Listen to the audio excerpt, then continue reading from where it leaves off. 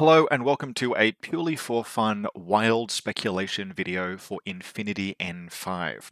That's right, Infinity 5th edition was announced by Corvus Belli at Gen Con this past week, and it's going to be available pretty soon. I will do a very brief rundown of what we know about N5 already, which really is not terribly much. But rather than rehash that, I will just point you towards some other better sources that you can go to, either text or video, if you'd like to actually have a breakdown of what it is we know for sure. The rest of this video will be speculation, thinking about how the edition might change, what could be coming, what could be leaving, what I think is perhaps actually pretty likely to occur with the edition, and then we'll get off reservation and just make some wild speculation about other things. This is not meant to be informative, and I am operating from no special privileged information. I know no more than anybody else, and in fact probably less than quite a few people. Still, I hope you enjoy this, and let's get into it. So, really quickly, what do we know for sure? Infinity N5 is coming, it was announced at Gen Con, and rules will be available, so the text rules will be available online on the 20th of October 2024. We can expect to learn probably quite a bit more in the coming weeks. I think there's like an Infinity Global Week promotional event that's coming up. But otherwise, what Corvus Belli has said about this edition is that it's not going to be a revolutionary update. They're sticking basically with the core of Infinity, in particular Infinity N4, going to stay broadly intact. Code 1 will be leaving the game. Instead, they will be focusing on ways to onboard players as part of the introductory packs. And their product focus will actually have a much higher degree of focus on their release schedule and onboarding players. Otherwise, this is not going to be a revolutionary update. They are talking mostly about rules and profile optimizations.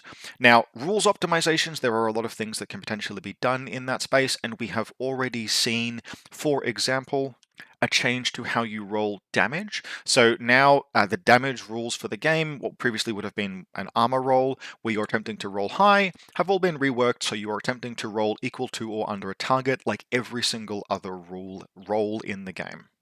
The actual maths of everything, as far as I can tell, have remained completely unchanged. Your ability to survive a combi rifle with a certain kind of troop in cover is going to be identical between N4 and N5. It's just that how you're trying to roll to reach that, say, 65% chance of survival is going to require an equal to or under rather than over roll. In a very similar vein, how melee attacks or how rules, ballistic skill, and weapon skill attributes that exceed 20 work has been mathematically reworked, where rather than adding a number to your dice roll, now you will increase the critical range, but importantly, it increases the critical range at the low end of the dice roll. So, for example, a CC 26 troop making a CC attack will roll the d20. Whatever they roll on that die is their result. There's no modifier to the die roll, but a model with a CC of 26 will crit on both a 20 and a 1 to 6. Now, this is much easier to sort out. It is probably going to be more intuitive to new players, and importantly, from a mathematical perspective, it is, as far as I can tell, identical to how the maths for high attributes work already. So this is zero change to the actual power level of models with high attributes, in particular models with high close combat stats, but it's going to be easier to communicate to new players. It doesn't require ingesting an additional rule and then learning how to modify a die roll. Instead, if your model has, say, a CC of 24, then you will crit on a 1 to 4 in addition to a 20. Now, in terms of profile optimization, we've already seen one profile, like a sneak peek. The Shikami profile was showed off in, I think, demo games at Gen Con, and we can see some tweaks to that profile that include, among other things, a weapon change and a points change. Not a major one. The Shikami was a profile that was always kind of on the cusp of greatness, but a little too expensive, a little too difficult to gunfight with, and now both of those things have been pushed just a little bit. I think we'll see probably quite a lot of that kind of profile optimization, where models that are slightly underperforming are pushed up a little bit, and maybe models that are overperforming are tuned down a bit. This is definitely an optimization, a chance for Corvus Belli to do a lot of profile optimization and balance that maybe would be difficult to do in an ad hoc basis. Infinity has never really done ad hoc balance updates, except here and there. Now, in terms of resources, if you want to dig more into what we already know, what was released at the seminar, etc., there are two links there, and I'll put these in the video description as well. But just in general, Goonhammer has done a full text take on the Infinity N5 announcement, which is quite good and informative if you want to read about it. And the Infinity Gamer YouTube channel, very good Infinity channel, has done a bunch of videos breaking down in video what's going on with Infinity N5. So look, if you're interested in actual information, strongly recommend both of those. And with that said, with the limited amount of actual information I intended to part out of the way, let's get into the wild speculation.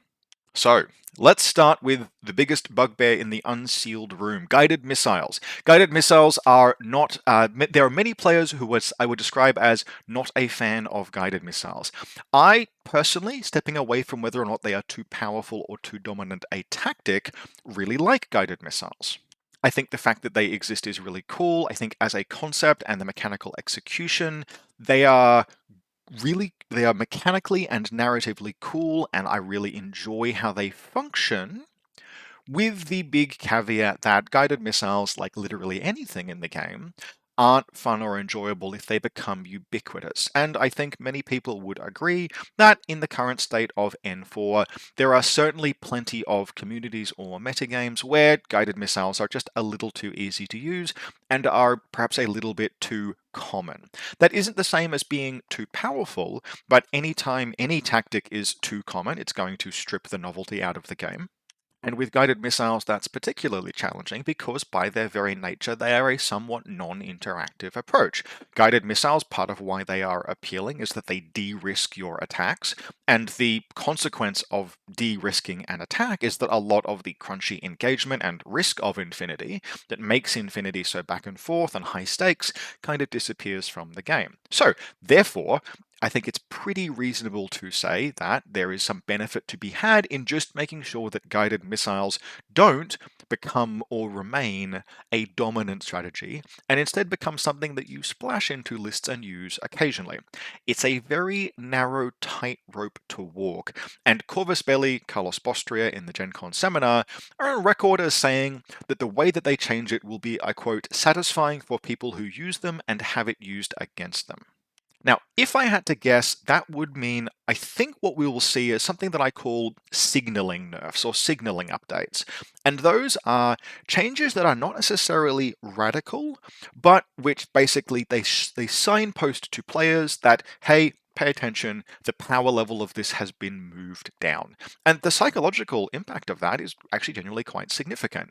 If you make even a small nerf to something, less players will use it because the emotional feeling of having a thing nerfed pushes players away from that.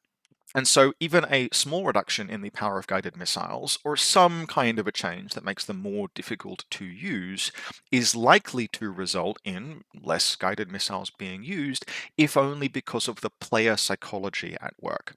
Now, in terms of actually balancing them and how they might implement changes to guided missiles as a rule, I can think of a few ways that they might do it.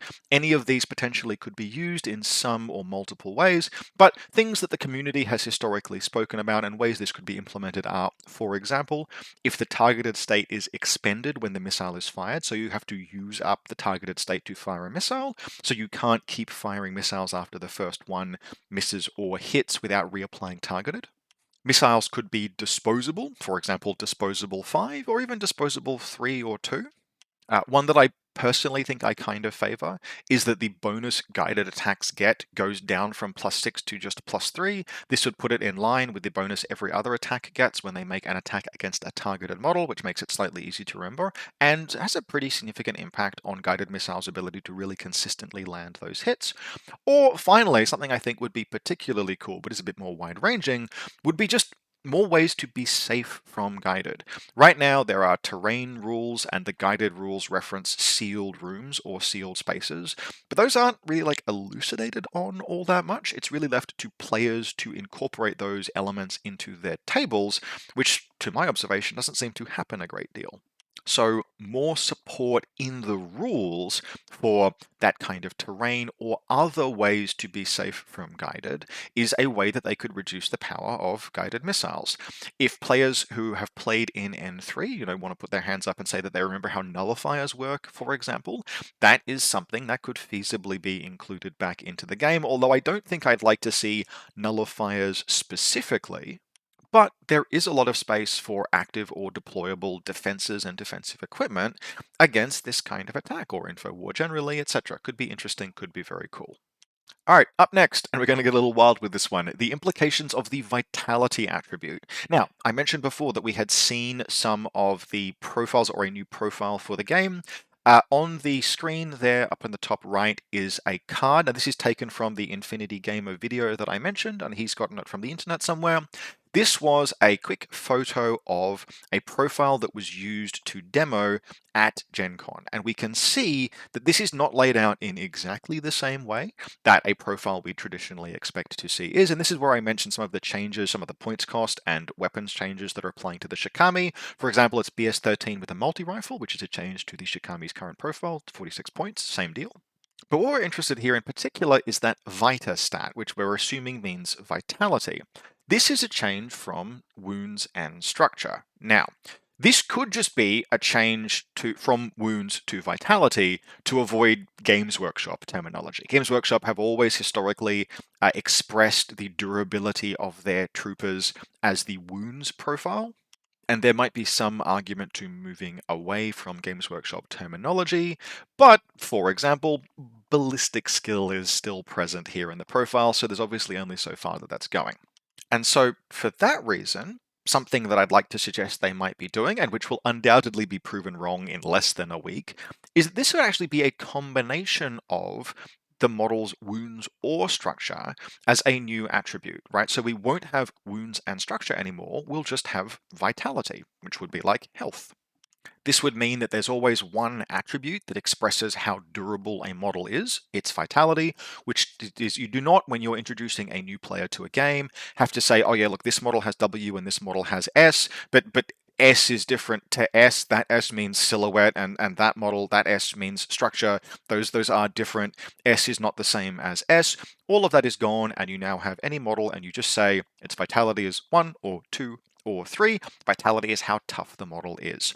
Now, there would be some rules that would have to change to accommodate only having one attribute, vitality, rather than previously wounds and structure to differentiate organic and inorganic troops. But that would be relatively easy to do. You could have, for example, doctors, they can doctor non-remote, non-tag troops, whereas engineers can target remotes and tags.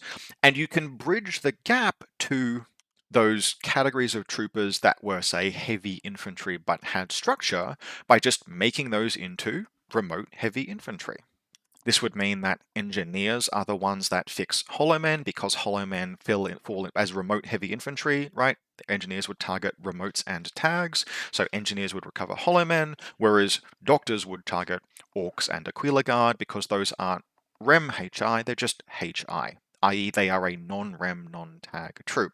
Now, part of why I'm suggesting this is frankly that I would really like to be able to actually support where all of those mechanical troops with structure that never fell into the REMs and tags category. It would be really, really cool to actually be able to use supportware to put marksmanship on a Karakuri, or a Hollow Man, or a Beta Trooper, and with the JSA update coming out, JSA moving to be their own faction with their own sectorals, I'm just saying, that would be kind of cool. It's also, frankly, pretty wild as far as the speculation goes. That would feasibly be kind of a significant deviation from how the rules work at the moment. But it would be super cool, and I honestly don't think it would be particularly broken or overpowered. Like, yes, okay, we could have a Hollow Man missile launcher in a core link with marksmanship, but this is not early N4, right?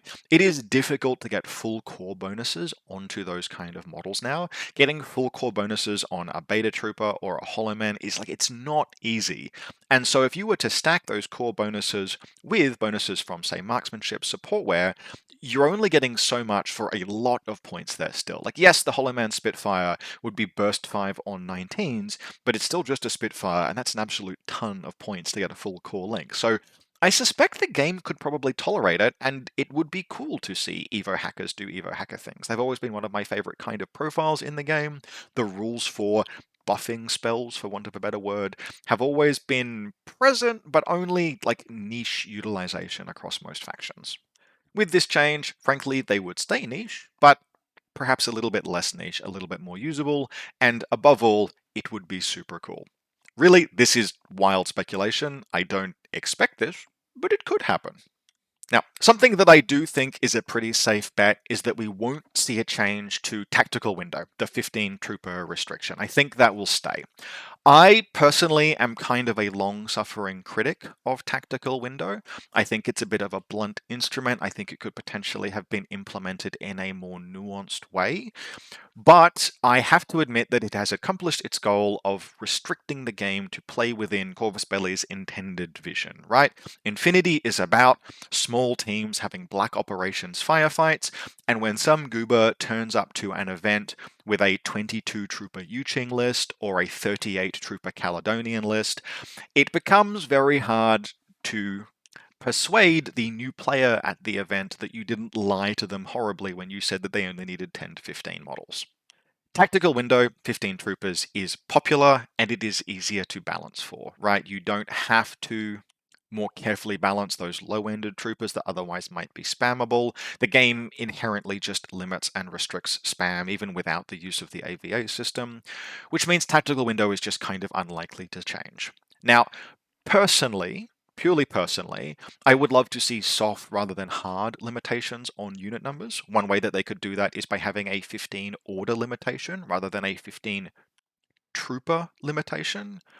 But as much as I might personally like that, I like what that would do, for example, is that it would give you a bit of flexibility around, do you want to go 14 troopers with tactical awareness? Do you want to go 15 or 16 troopers or 17 troopers so you have redundancy? Do you want to use hidden deployment and drop troops since those are now harder to predict? I think that the complexity of the space would become more like tactile, it would become more complex, more interesting. But it would also be less predictable from a balance perspective. And the thing about 15 troopers is that it's working. The game is playing the way that they want it to play because they are forcing. Right? 15 troopers forces you to play Infinity the way Corvus Belli intends Infinity to be played, and it's really just kind of hard to argue with that from a balance perspective. Another thing I think we will probably see relatively little movement on is reinforcements. Now, they've said it will be part of ITS, the Infinity Tournament system, but I think that just means it becomes an ITS variant, incorporated into ITS formally in the same way that other variants are incorporated in ITS, including the unrestricted variant, which as far as I can tell, nobody plays. Now, looking back on reinforcements, I know Corvus Belli had high hopes for it, but it did not release well. It was relatively well developed when it came out, but the simple truth is that Infinity's 3-turn structure just does not lend itself very well to a surge of power on turn 2 or turn 3. Reinforcements arriving in a reinforcement game it dominated the structure of the game in which reinforcements was played. Much of how a reinforcements game played out was really just determined by the fact that your reinforcements would arrive on turn 3 and be fought by your opponent's reinforcements. It was too restrictive from a game tempo and flow kind of perspective. It had too much of an impact and it didn't work in Infinity's 3-turn structure. Which means that reinforcements kind of need to be reworked significantly to address these issues if they want it as a game variant. And I don't know if that's something that Corvus Belli can do, although I suspect they have been working on it over time in the background as part of the N5 release.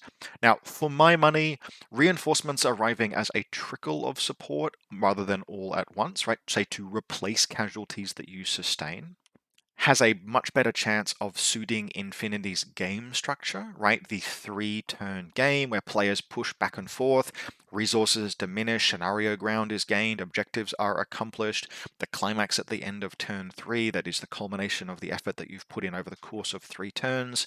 I think that can accommodate the slow trickle of reinforcements keeping you, at a certain level of power over the course of the game, because Infinity, when players are tightly matched for all 3 turns, is really, really good. Like, those are some of the best games of Infinity.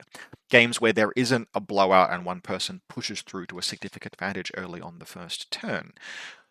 The problem with that mechanically, as much as those make for great Infinity games, is that they don't fit the narrative fantasy of reinforcements, which is the dropship screaming down from low Earth orbit, touches down, the doors unsealed, troops come out shooting to, relieve the beleaguered force that they are reinforcing. The narrative fantasy of reinforcements doesn't work with the mechanical structure of Infinity, and that's a tension I think Corvus Belli would need to bridge if they want to have reinforcements really be embedded in any greater detail in the game. Otherwise, if it's present as an ITS variant and it's predominantly the same as it was in N4, it's going to be received in basically the same way as it was in N4, which was a quick flash in the pan that is abandoned relatively quickly, and people just enjoy the new profiles that are released, not the actual rules. And now, finally, before I get into some questions for you, the audience, let's talk about Toha, because this is something that I have been asked about. Will Toha be squatted? I don't think so, and before I answer why I think that's the case, when we talk about, like, say, removing sectorals from the game, removing armies from the game, you need to think about why that's something that the company might do. And there is good reason from time to time to, downsize the game a little bit, whether or not you delete profiles or even if you delete entire sectorals, although Corvus Belli historically hasn't done that. It's to make space for other armies. So, for example, we might see profiles removed from the game to shore up and more clearly define faction identity. As profiles have been released over the course of N4, kind of by definition, right? When you release a new profile, it has to do something that your army doesn't already do, or else it's not going to be appealing.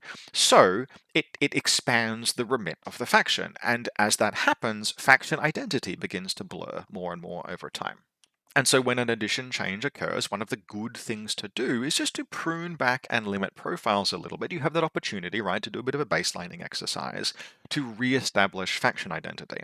In the same vein, if you want to release new armies or new sectorals, you might think about downsizing some existing armies and sectorals. For example, it's possible that the Shock Army of Acontecimento will be retired in order to make space for the new sectoral with its themes and stories and models, etc., that they're releasing for Pan-Oceania in the action pack that's coming out alongside JSA. Now, I mention all of that because I don't think that removing Toha from the game would have that effect. Toha, there's really no one that's quite like Toha, so removing them from Infinity doesn't clear that space in the canopy that might allow other factions to grow in the same way. Toha are weird, they're off to the side, they are a connoisseur's army, and it's really cool that they exist in that respect. They are genuinely kind of alien, but removing them doesn't create space for anyone else. In addition, I would note that pretty recently Corvus Belli did the Toha Happy Days promotion where they sold a bunch of Toha, and removing the faction from the game so quickly after having done that would be pretty badly anti-consumer. And we know that Corvus Belli are relatively sensitive to community feedback on stuff that is considered to be anti-consumer. It hasn't happened often, but people might remember when roadbots were released, in the video teaser, they were shown as being usable in O12 and Starmada. Now, that was a mistake. Corvus Belli didn't mean for that to be a thing. The intention, the design intention for roadbots was that they would be usable just in Starmada. But they had communicated to people that it would be available in both vanilla and sectoral, and so a bunch of vanilla O12 players pre-ordered and bought roadbots. And then when they got released into Infinity Army, they weren't in they weren't in vanilla O12, and those people pretty rightly complained. Corvus Belli responded, roadbots are now usable in Vanilla O12. Vanilla O12 is better for it. Obviously you want to be careful about how you expand factions out, but in this case, Corvus Belli showed that they were pretty sensitive to feedback that suggested they were being unintentionally anti-consumer. And so for that reason, I would be very surprised if they did this Happy Days promotion and then just straight up squatted Toha, like literally months later. Now, with all that said, there is one way I think we could see Toha be removed from the game, but all of those models still stay playable. And that's because we know that the Onyx Contact Force is seeing a significant update as one of the first factions to be re-released in N5 under what we'd call like the Bakunin, the big proper rework of a sectoral, the Bakunin release model. And inside the combined army, it's always been Onyx Contact Force that has been home to the few members of the Toha species that are part of the Sigma Trihedron, the conquered by the evolved intelligence portion of the Toha race. If the Onyx Contact Force rework includes a considerable number of Sigma Trihedron troopers, enough that you could feasibly run an Onyx Contact Force using all Sigma troops, and those profiles map reasonably well back to Toha models that existed in N4, then you have, maybe it's not ideal, but you could genuinely tell people, hey, yep, you ordered a whole bunch of Toha models during the Happy Days promotion. Good news, that's put you in on ground floor to play the revised Onyx Contact Force with a heavy focus on Toha models. And by the way, we're also expanding out Spiral Core. A bunch of the Toha stuff has been removed from the game. It's been removed from Spiral Core, but it's been replaced by all of this Onyx Contact Force stuff. So Fracta and Macrep, and then all of the other stuff that they might conceivably add to Onyx to flesh out this part of the sectoral, also being added to Spiral Core. Hey, this is how you can continue to use all of your models. Now, personally, I think that's probably kind of unlikely. Not least because we've just seen the trailers for Paradise Lost, and there's all of the like Umbra Samaritans and stuff in Paradise Lost. I suspect that we're most likely going to see Onyx Contact Force kind of sticking primarily to its existing vibes. But will Toha get squatted is a question that I've seen asked a whole bunch of times, and this is basically my answer. I don't think so, but if it does, this is how they might do it without kind of reasonably pissing off quite a large number of people. Now, how would I feel about this personally if it happened? I'm probably not personally super happy about that kind of thing because I love the Toha rules. I love the faction is extremely unique. I love how they play, but on the other hand, my entire Toha force is already converted up as a Sigma Trihedron EI loyalist force, so it wouldn't be the worst in the world for me, but for other people I can see it being kind of a downer. Now Toha, I've never been a hugely selling faction, they've never been a hugely popular faction, but having them exist in the game adds a really cool like spice and diversity. And I think there is definitely still space in Infinity N5 for a faction that does things that nobody else does. I just hope we won't have to wait literally months for the army update that finally adds them into the game after release. So from here, over to you. I've spoken a bunch about things I think could happen in N4. Some of these predictions I think are fairly reasonable, some of them are a little bit off the wall. What do you think will change? What profiles or armies do you think will leave the game? What do you expect from the new things that are coming in? What do you expect from the Onyx Contact Force rework, the JSA full faction rework, the Pan-Oceanian sectoral? What about other factions? What do you think about the faction that you play, and how do you think it's going to change in N5? Do you think we will see any genuine major rules changes? Changes maybe not to the core mechanics, but stuff that's still big and important enough for Infinity to qualify as kind of a major rule. Alternatively, do you think there are any just minor rules tweaks that you've got that you're wishlisting that you'd like to see? A lot of people, for example, have mentioned that they'd like to see Natural Born Warrior change to stop cancelling out martial arts and just say a model with Natural Born Warrior cannot have its close combat attribute reduced for any reason. Stuff like that. Be very happy to hear from you. Post down in the comments basically what it is you are hoping for and expecting from N5. And in like a week's time, when more information comes out, we can all look back at how wrong we were. Now, as always, thank you very much for watching. I hope you've enjoyed this. This video is meant purely for entertainment purposes, but maybe you took something useful away from it. If you'd like to support the channel, you can do so via the Buy Me a Coffee link in the video description below, or by becoming a channel member. Big thanks to everyone that has so far. I will continue to cover Infinity N5 a little bit in the run up to it, but I don't intend to do anything like weekly videos, etc. on it. I'm sure you'll be able to find solid content for it on other channels, including fact channels like Infinity Gamer, which I linked earlier in the video. There are plenty of people who have the capacity to do really good coverage, and I will be going to them for mine. Still, check back in from time to time for updates or opinions. Feel free to ask questions in the comments to this video or others, and I'm sure I'll do some content as we get closer to the release of Infinity N5 and with the release of Infinity N5. As always, I hope very much that you've enjoyed this, and I'll see you next time.